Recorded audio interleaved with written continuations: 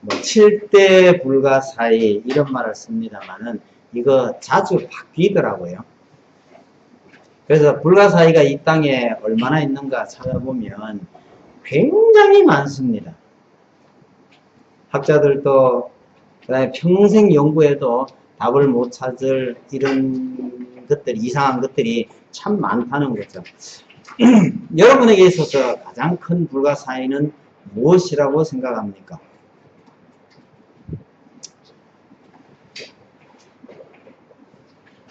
저는 좀 이상하지만 표현이 이상해서 그렇지 집사람하고 결혼한 게 참 어찌 보면 가장 큰 불가사의 아닌가 이런 생각이 들 때가 있습니다.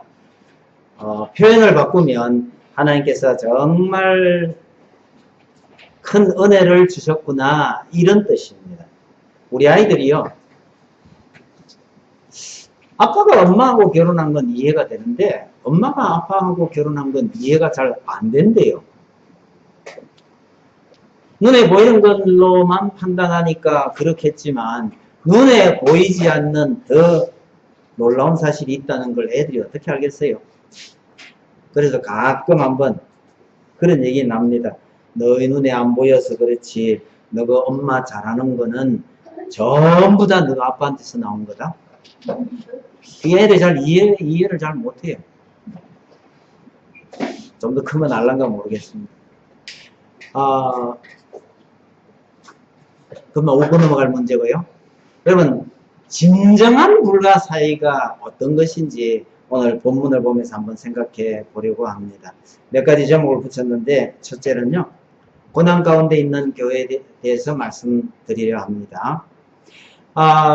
계시록을 주신 이유가 로마의 박해를 받고 있는 교회를 위로하시고 성도들을 격려하기 위해서 주신 말씀입니다. 근데 이 계시록이 오랫도록 많은 사람들에게 오해를 받아왔죠. 뭐 이상한 비밀을 숨겨둔 책이라고 해서 컴퓨터를 동원해서 무슨 암호 찾던 것처럼 그렇게 해서 비밀을 찾는 사람도 찾았다고 하는 사람도 있고요. 아무도 모르는 비밀을 자신만이 깨달았다고 큰소리치고 있는 그런 사이비들도 많이 있습니다만은 이런 말에 절대 속지 마시길 바랍니다. 초대교회 성도들은 이 계시록을 이상하게 본 게 아니고 그냥 읽으면서 감사하고 감격하고 은혜를 누렸다는 사실을 기억하셔야 합니다. 계시록을 읽어보니까 참 두렵더라. 이건 잘못 읽은 겁니다. 고난 가운데 있는 성도들을 위로하려고 준 책을 읽으면서 왜 이것이 두려우냐? 잘못 읽었기 때문이라는 점을 기억하실 필요가 있습니다. 계시록은 어렵고 두렵다 그런 책이 아닙니다. 만약에 그러하다면 계시록을 공부해야 될 필요가 있다는 뜻이 되죠. 교회의 현실을 잘 보여주는 말씀이 9절입니다. 나 요한은 너희 형제요 예수의 환난과 나라와 참음에 동참하는 자라 하나님의 말씀과 예수를 증언하였으므로 말미암아 반모라는 섬에 있었더니 이렇게 말합니다. 여러분, 반모라는 섬을 지도상에서 찾기가 쉽지가 않습니다.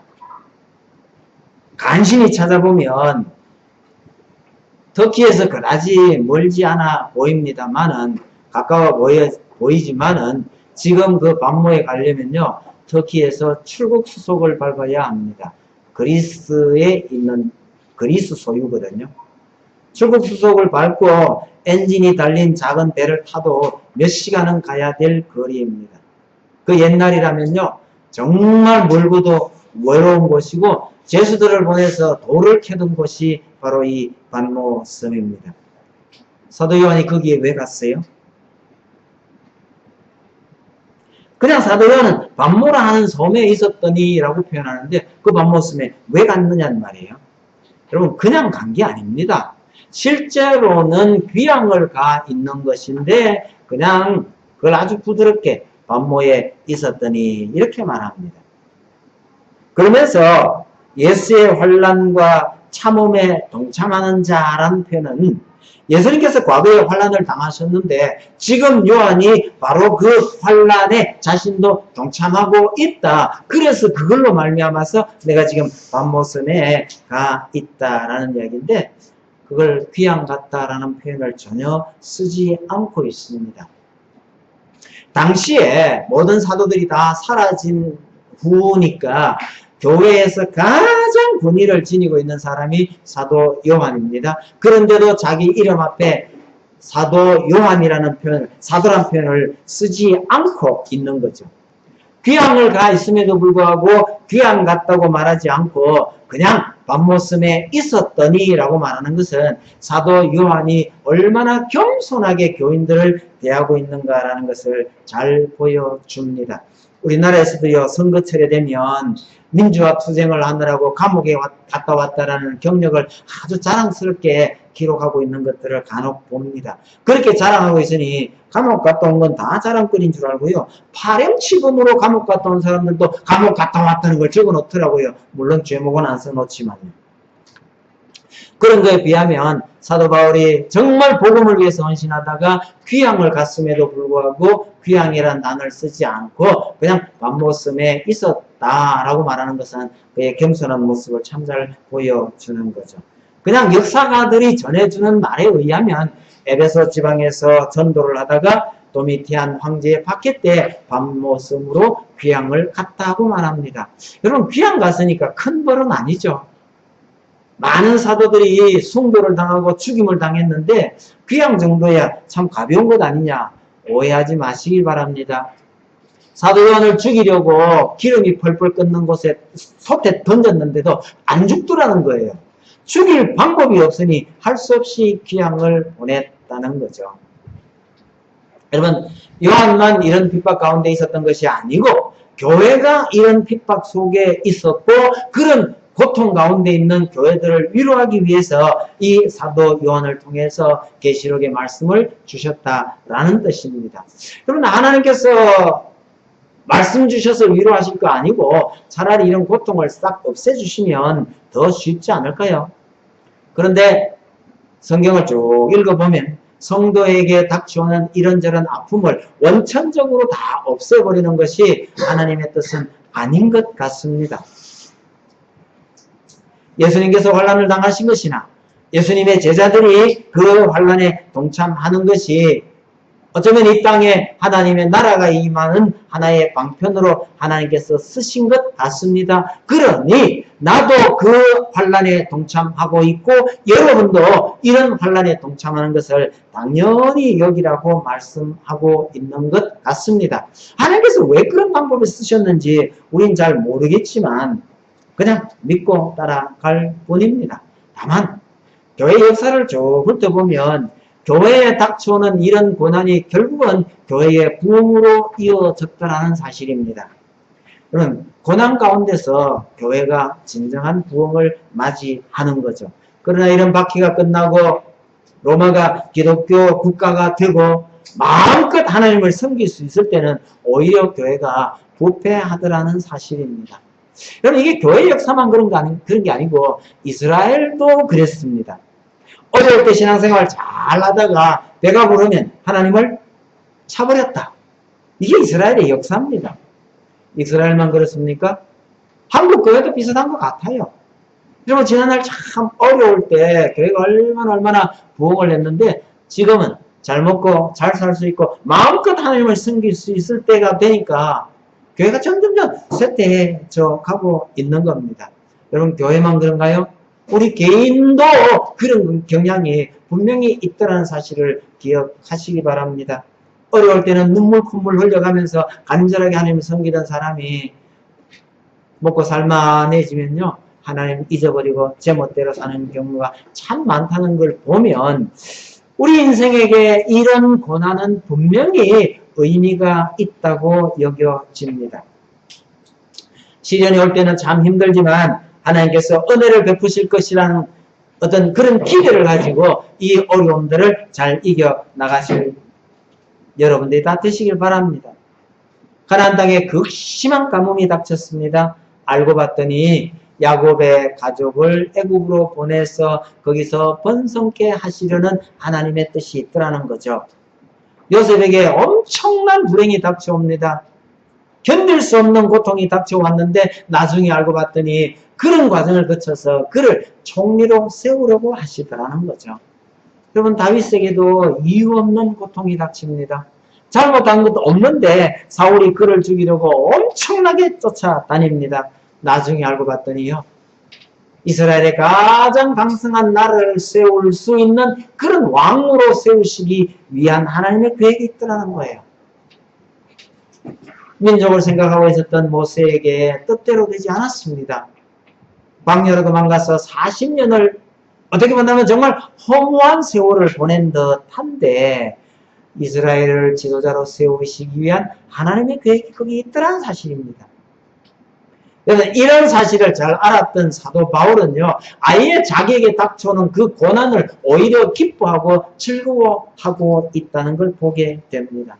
그래서 우리 인생은 고난 없이 위대한 인물이 되기는 참 어려운가 봅니다. 성경에서도요, 고난 없이 그렇게 위대한 인물이 된 사람이 별로 없어요. 꼭 찾아보라고 한다면 이삭 정도는 있는 것 같아요. 그러니 이삭은요, 어떻게 잘못 보면 그다지 큰 인물 같지가 않아요. 여러분, 시련 없이 호사만 누리고 잘 자라면요, 제대로 된 인간이 되기가 참 어려운 듯 합니다. 그래서 초대교회가 이 고난 가운데 있는 것, 이 고난을 통해서 하나님께서 정말 교회를 크게 부흥시키기 위함이다 라는 것도 우리가 기억을 해둘 필요가 있는 듯 합니다. 두 번째 제가 말씀드리고 싶은 것은 소중한 교회. 교회는 정말 소중한 것이다 라는 말씀을 드리고 싶습니다. 12절 한번 보셔요. 몸을 돌이켜 나에게 말한 음성을 알아보려고 돌이킬 때에 7 금촛대를 보았는데 라고 말합니다. 여러분, 요한이 본 금촛대에 어떤 느낌이 드세요? 야, 아름답고 분위기 좋다 이런 생각이 드세요? 아니면 참 값이 많이 나겠다 그런 생각이 드세요? 오늘 우리는요, 좋은 게 하도 많아서 정말 귀하다고 금촛대라고 표현해도 뭐 우리 입에서는요, 아무리 금촛대지만 촛대가 촛대지 뭐 이런 생각이 들 가능성이 참 많아요. 요한이 내가 뒤돌아봤더니 금촛대가 보이고 그 금촛대 사이를 예수님께서 거닐고 계시더라. 그래도 오늘 우리에게는 이 금촛대라는 게 그렇게 감동적으로 오지 않을 가능성이 참 많아요. 그 당시 성도들에게 금촛대란 어떤 의미였을까를 생각해 보실 필요가 있습니다. 여러분, 금촛대가 어디에 있던 걸까요? 일반 가정집에 있는 건 절대로 아니겠죠? 성경에 금촛대가 어디에 나오나를 한번 생각해 보세요. 별로 안 나와요. 그런데 여러분 하나 기억하실 것은 우리말에 촛대라고 번역된 말이 구약에서는 등잔이라고 번역이 됐습니다. 촛대나 등잔은 같은 의미라고 생각하세요. 영어에서는 둘 다 램프로 번역이 됐습니다. 그러면 금으로 된 촛대? 말을 바꾸면요, 금으로 된 등잔은 어디에 있던 겁니까? 하나밖에 없어요. 구약 그 성소 안에 있던 등잔대, 거기에 등잔이 7개가 있었는데 이것이 전부 금으로 된 겁니다. 성소 안에 있었던 이 7 등잔은요, 하나의 등잔대에 7개의 등잔이 있었는데 이 등잔이 성소의 어둠을 밝히는 유일한 빛입니다. 이것은 달리 말하면 인류를 비출 수 있는 유일한 빛이 바로 이 등잔이라는 것을 상징하고 있는 것이죠. 여러분, 구약에는 성전이 하나뿐이었습니다. 신약시대의 교회는요, 곳곳에 생겨났습니다. 그러니 구약에는 하나밖에 없던 성전이니 하나의 등잔대에 등잔이 7개가 있었었는데 신약에 7 교회를 상징하면서 아마 이것을 전부 7 촛대, 촛대는 전부 각각이잖아요. 그렇게 표현한 것 아닐까 그렇게 생각해 봅니다. 세상을 밝힐 수 있는 유일한 빛을 발하는 등잔, 촛대, 그것도 금으로 된 것. 그것도 하나님의 집 안 깊숙한 곳에 있던 그 금등잔이라고 생각해 보세요. 이게 얼마나 귀한 것임을 짐작하실 수 있을 거라 생각합니다. 여러분들이 가장 소중하게 여기는 게 뭔가요? 궁금합니다. 가끔 보면 휴대폰 새로 나오면요, 그거 먼저 받겠다고 밤을 새워가면서 기다리는 사람들도 있더라고요. 그럼 몇 년 쓸 거라고 그러는지 모르겠어요. 여러분, 평생토록 아끼고 소중하게 여길 수 있는 그 무엇보다도 소중한 것, 그것이 여기 본문에 말하는 금촛대입니다. 이 금촛대가 뒤에 보면 교회를 상징하는 것이죠. 교회가 그렇게 소중하고 귀한 것이라는 얘기입니다. 여러분, 이 작은 교회가 여러분들에게, 아니 우리 주변 모든 사람들에게 그렇게 귀하고도 소중한 교회가 되도록 가꾸어 가야 할 것이라고 생각합니다. 교회는 그렇게 소중한 곳이에요. 나오는 날 교회가 버려야 하고 혹은 떠나야 하는 곳이 됐다는 것은 너무너무 큰 비극입니다. 떠돌이 교인들이 많아진 것도요, 너무너무 큰 비극입니다. 교회가, 교회 구실을, 정말 세상을 비추는 유일한 빛이 되어야 할 교회가 그걸 제대로 하지 못해서 오히려 떠돌이 교인들이 많이 생겨난 것은 너무너무 안타까운 일이죠. 여러분, 교회가 왜 그렇게 소중하고 아름다운 곳입니까? 그 교회에 예수님이 계시기 때문입니다. 더 정확하게 말하면 예수님의 말씀이 그 교회에 있기 때문입니다. 9절 가운데 부분을 다시 한번 보셔요. 요한이 했던 일이 뭡니까? 하나님의 말씀과 예수를 증언하였으므로, 이렇게 말씀하시죠. 교회란 하나님의 말씀과 예수를 증언하는 것. 다시 말하면 하나님의 말씀이 선포되고 하나님의 말씀이 살아있는 곳이 바로 교회입니다. 11절에 보시면, 중간을 자를게요. 네가 보는 것을 두루마리에 써서, 끝 문장요, 7 교회에 보내라, 이렇게 돼 있죠. 요한이 보는 것이 곧 하나님의 말씀입니다. 이 하나님의 말씀을 써서 교회에 보내라라고 하는, 모든 교회에 다 보내라는 얘기입니다. 그 말씀은요, 이 말씀을 소유하고 이 말씀을 증거할 수 있는 곳이 바로 교회라는 뜻이니까 같은 말입니다. 여러분, 교회가 소중한 것은 그 교회에 하나님의 말씀이 있기 때문에, 그것 때문에 교회가 소중한 건데, 만약에 이 말씀이 없다라면 교회가 전혀 가치가 없는 곳이 될 수도 있는 거죠. 그래서 교회의 머리는, 교회의 주인은 예수님이라고 합니다. 어떤 인간도 교회의 주인이 될 수 없는데 의외로 교회의 주인 행세를 하시는 분들이 적지 않아 있어 보입니다. 여러분, 교회는 말씀을 따라서 서로 섬기는, 누가 높고 낮은 게 아니고요, 정말 말씀을 따라서 서로 섬기는 곳이 교회입니다.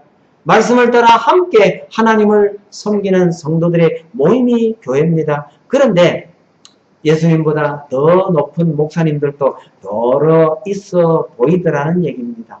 여러분, 옛날에 사또보다가 더 높은 사람이요, 사또 밑에 있는 이방이에요. 이게 참 문제가 많은 거잖아요. 검사한테 조사받으러 가면요, 검사는 못 만나고 밑에 있는 이 사람 신분이 뭔지도 모르는 그 밑에 사람한테 다 돈 갖다 주고 다 착복하고 이러는 건데요, 검사보다 더 높은 조수가 있어요. 대통령보다 더 높은 실세가 있어요. 군대 갔던 사람 다 아는 거잖아요. 대장보다 더 높은 사람은 대장 사모님이에요. 여러분, 이게 다 망할 징조입니다. 망할 징조예요. 예수님보다 더 높은 그 누군가가 교회에 있다는 것은 그게 더 이상 교회로서 존재할 이유가 없다는 뜻이 됩니다. 예수님 때문에, 예수님의 말씀이 살아있기 때문에 교회는 그렇게 소중한 곳이라고 말합니다. 요한이 본 게 하나 더 있어요. 20절 한번 보세요. 네가 본 것은 내 오른손에 7별의 비밀과, 이랬죠. 7별도 보았어요. 16절 보세요. 그 오른손에 7별이 있고, 그러죠? 요한은 7별을 보았는데 이 별은 교회의 사자라고 말하는 겁니다. 예수님께서 친히 임재하시는 것이나 마찬가지로 그 예수님의 사자를 교회에 보내서 돌보고 계신다는 뜻입니다. 이 사자는 천사 혹은 성령을 가리키는 말입니다. 목사가 아닙니다. 박해가 아무리 심하다 하더라도 예수님께서는 친히 교회를 돌보시는 것처럼 사자를 보내서 교회를 돌보시고 계시다는 의미입니다.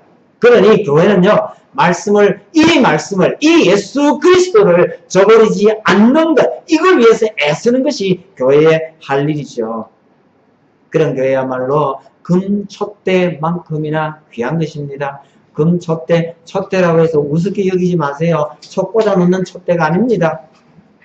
당시 그리스도인들이 보기에는요, 세상에서 가장 귀하고 아름답고 소중한 것을 의미하는 것이 금촛대입니다.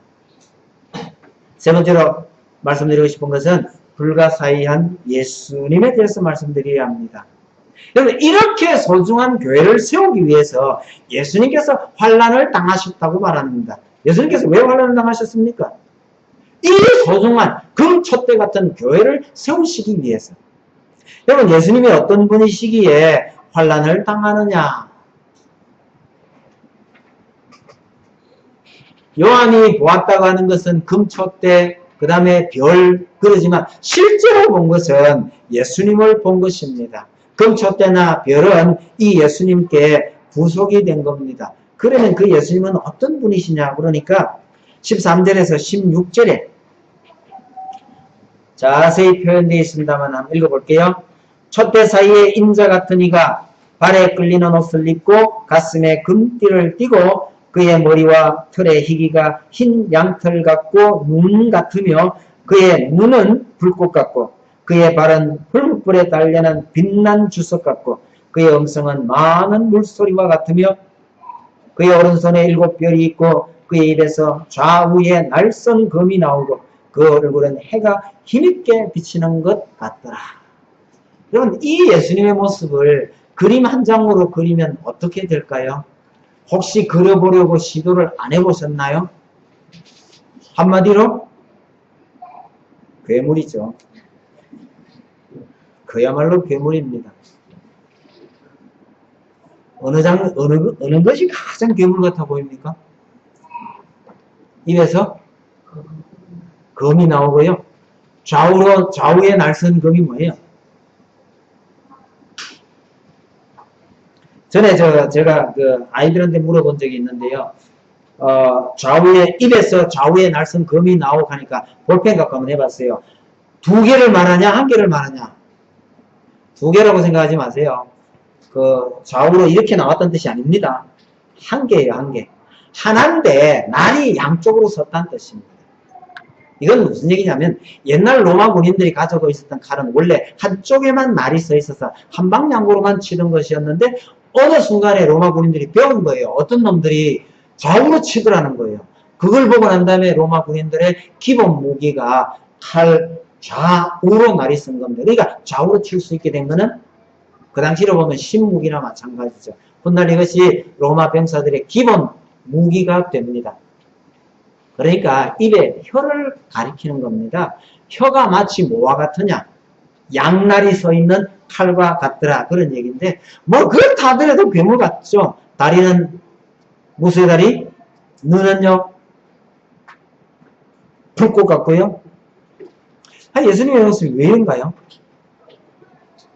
여러분, 오늘날 우리는 판타지 영화나 아니면 각종 변신 로봇 같은데 익숙해서 예수님의 모습을 보면 꼭 괴물 같다 그러는지 모르겠지만 고대의 이런 예수님 모습은 상상도 할 수 없는 두렵고 위험에 가득 찬 모습입니다. 그런 예수님을 딱 보는 순간에 반응이 어떨까요? 17절 보세요. 내가 볼 때에 그의 발 앞에 엎드러져 죽은 자 같이 되매 이렇게 돼 있죠.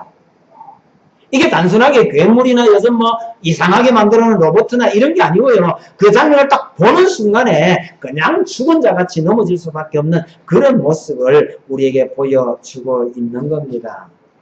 그런데 그런 분이 어떻게 환난을 당했느냐? 한마디로 불가사의라는 거예요. 있을 수 없는 일이 벌어졌다는 뜻입니다.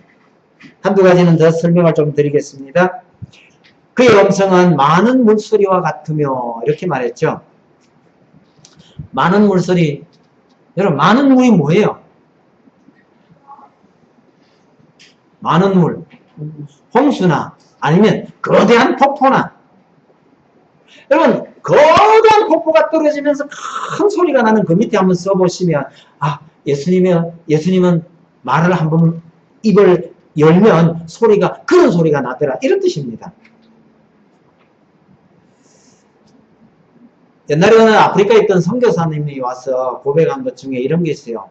어디서 텐트를 치고 지냈는데요, 밤중에 사자가 나타나서 그 텐트 주변에서요 으르렁거린 겁니다. 소위 말하는 포효. 호랑이가 으르렁거리면 여러분 어떨까요? 가까운 데서. 우리 애들 뱀 빌리면 무섭지, 이런 겁니다. 무섭지 하면 맞습니다. 근데 100점은 아니에요. 호랑이가요 하늘을 보고 으르렁거리는 게 아니고 땅을 보고 포효를 하는데 땅이 울리더랍니다. 도망을 못 간대요. 달의 힘이 다 풀려버리더래요. 그게 호랑이의 울음소리입니다. 예수님의 음성이 많은 물소리와 같더라는 건요, 그 음성을 듣는 순간에 질려버려서 더 이상 뭘 어떻게 해볼 생각조차 없어질 그런 음성을 말하는 겁니다. 그래서 가끔 영화에 뭐 그런 장면 안 보이나요? 무기 안 쓰고 소리만으로 적을 전부 제압해버리는 그런 음성으로 생각하시면 될 듯 합니다. 얼굴은요, 해가 힘있게 비치는 것 같더라. 이거는 얼굴은요, 강렬한 태양빛처럼 보이더라, 그런 얘기입니다. 여러분, 예수 믿는 사람을 죽이겠다고 말 타고 잘 가던 바울을 예수님께서 어떻게 제압하셨나요? 살기 둥둥한 바울을 예수님께서 손 한 번 안 대고 제압했습니다. 어떻게 해요? 그냥 빛이 비쳤을 뿐인데, 땅에 거꾸러져서 어떻게 할 바를 모르는, 여러분 강렬한 빛은 이런 겁니다. 예수님의 세 제자가 예수님과 함께 변화산상에 올라갔습니다. 예수님이 변해버렸습니다. 어떻게 해요? 괴물로 변한 거 아니잖아요. 그냥 머리에서 빛이 났어요. 그런데 이 세 제자가 그냥 횡설수설하고 있더란 얘기죠. 17절 한번 보셔요. 내가 볼 때에 그의 발 앞에 엎드러져 죽은 자같이 되매 그가 오른손을 내게 얹고 이르시되 두려워하지 말라. 나는 처음이요 마지막이니. 처음이요 마지막이니, 이게 무슨 뜻입니까? 여러 가지 의미가 있을 수 있습니다만 18절에 바로 설명해 줍니다. 곧 살아있는 자라, 이 표현입니다. 내가 처음이요 마지막이라는 것은 살아있는 자라는 뜻입니다. 여기서는 그래요. 살아있는 자가 무슨 말이에요? 죽음하고는 아무런 관계가 없는 자라는 얘기예요. 죽음하고 아무런 관계 없는 자가 어떻게 죽느냐는 말이에요. 18절이 그 희한한 말입니다. 살아있는 자라 내가 전에 죽었었노라. 여러분, 살아있는 자, 죽음과는 아무 관련이 없는 자가 어떻게 죽을 수 있냔 말이에요. 아니, 이런 자를 누가 죽일 수 있느냐 이 말이에요. 여러분, 영화 같은 장면들 자꾸 생각을 한번 해보세요. 총을 쏘아가 맞았는데도 그냥 총알이 지나가 버리고 사람 멀쩡하면요, 이거 어떻게 잡아요? 귀신하고 싸우는데 이놈 귀신은요, 맞아도 지나가 버려요. 그럼 어떻게 살아요? 이게 설명이 되는지 모르겠지만 비슷한 이해는 될 거라고 생각해요. 살아있는 자란 절대로 죽을 수 없는 존재예요. 그런데 누가 어떻게 그를 죽였느냐, 그런 얘기입니다. 히브리서 2장 9절에 말이 조금 어렵습니다만 이렇게 설명을 합니다. 오직 우리가 천사들보다 잠깐 동안 못하게 하심을 입은 자, 곧 죽음의 고난을 받으심을 인하여 영광과 정의를 받으신 예수를 보니 이를 행하심은 하나님의 은혜로 말미암아 모든 사람을 위하여 죽음을 맛보려 하심이라. 다시 설명할게요. 천사들보다 잠깐 동안 못하게 됐다라는 것을 다른 말로 하면 이 땅에 오셔서 잠시 죽음의 고난을 맛보신 그 예수를 보니 왜 그러셨냔 말이에요. 하나님의 은혜로 말미암아 모든 사람을 위하여 죽음을 그냥 맛보려 하셨다, 그 말입니다.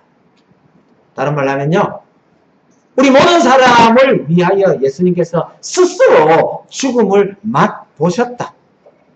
여러분, 예수님께서 스스로 환난을 당하려고 마음을 먹지 않는다면, 스스로 환난을 당하려고 하지 않는다면 어느 누구도 예수님에게 환난을 가할 수가 없다는 뜻입니다.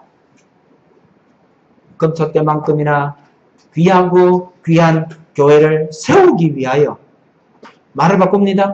우리를 그렇게 사랑하셔서 죽을 수가 없는 그분이 이 땅에 오셔서 죽음을 맛보셨다, 그 말입니다.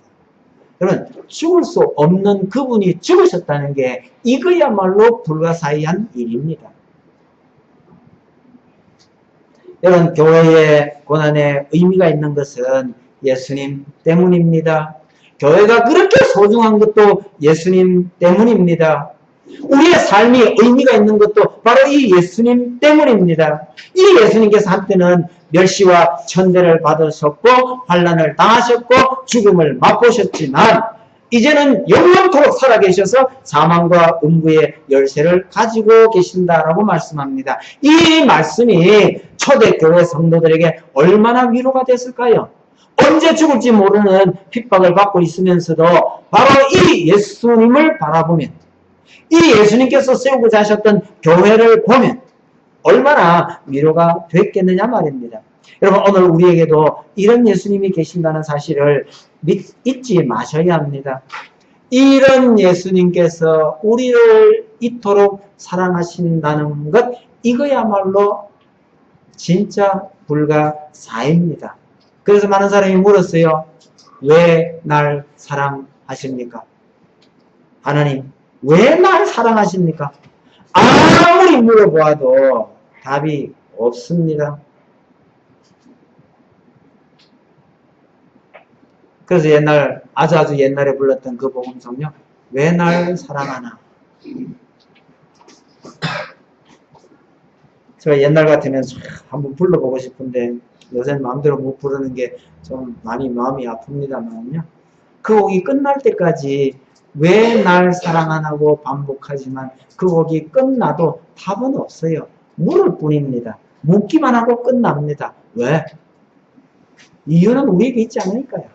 그럼 우리가 할 일은요, 그냥 감사할 뿐입니다. 감사함으로 교회를 섬기고 교회가 그렇게 소중한 곳이 되도록 힘써 나가야 할 것이라고 생각합니다. 그래서 마지막 찬송은요, 제가 예배 시간에 복음성 잘 안 부르는데 이거 한번 불러보려 합니다. 찬송 같이 부릅시다. 왜 날 사랑하나.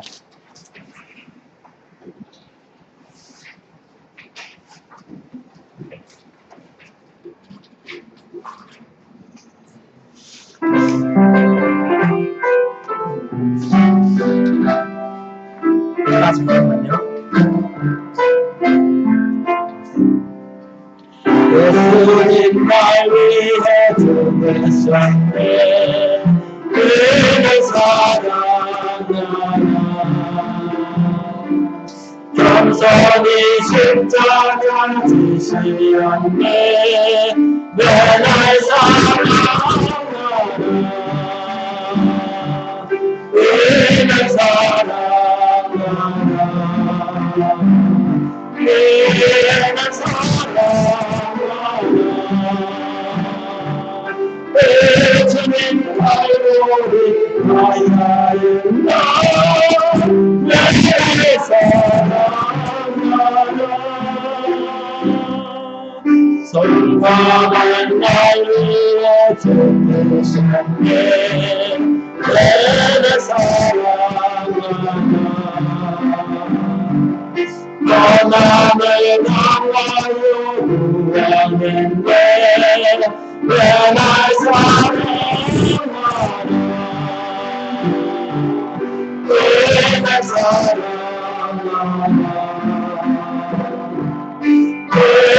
사랑하나 내 주님 갈고리 하나인가 내 사랑하나 내 대신 고통을 내가 사랑하나 저 용서받을 수 없었는데 내가 사랑하나 내가 사랑하나 내가 사랑하나 내 주님 갈고리 하나인가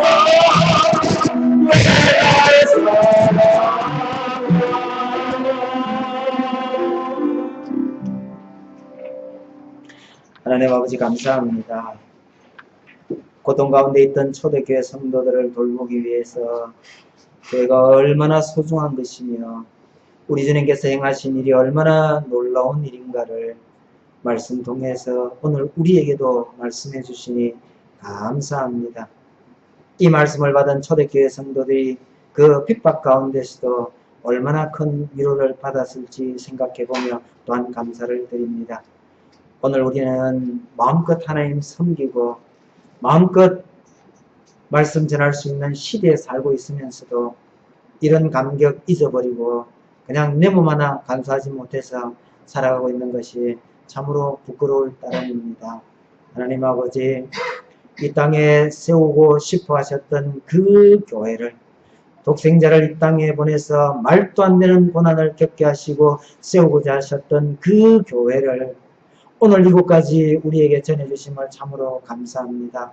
얼마나 많은 선조들이 얼마나 많은 피를 흘려가며 세운 교회인데 이 교회를 우습게 알고 이 교회를 함부로 망치려 하고 있는 수많은 신실하지 못한 주의 성도들을 하나님 용서하시고 이 땅에 정말 아름답고 귀한 교회가 세워져 나갈 수 있도록 우리 성도 한 사람 한 사람이 이 일을 위해서 정말 헌신할 수 있도록 하나님께서 붙으시고 간섭하시고 인도해 주시옵기를 간절히 소망합니다.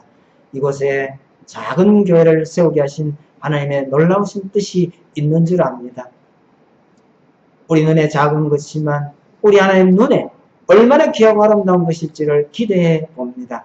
하나님, 정말 하나님께서 기뻐하시는 교회가 세워져 나갈 수 있도록 또 하나님 기쁘시게 하는 교회가 되도록 우리 성도들 일일이 지키시고 인도하시며 간섭해 주옵소서. 정말 이 교회를 통해서 하나님의 말씀이 풍성하게 세상을 향하여 흘러나갈 수 있도록 우리 하나님 은혜를 더해 주옵소서.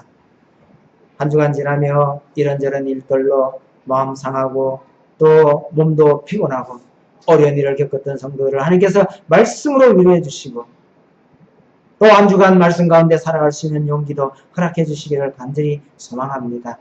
이런저런 일로 인해서 함께하지 못하는 성도들 많이 있지만 어느 곳에 있든지 하나님 동일한 은혜를 더해 주시기를 간절히 소망합니다.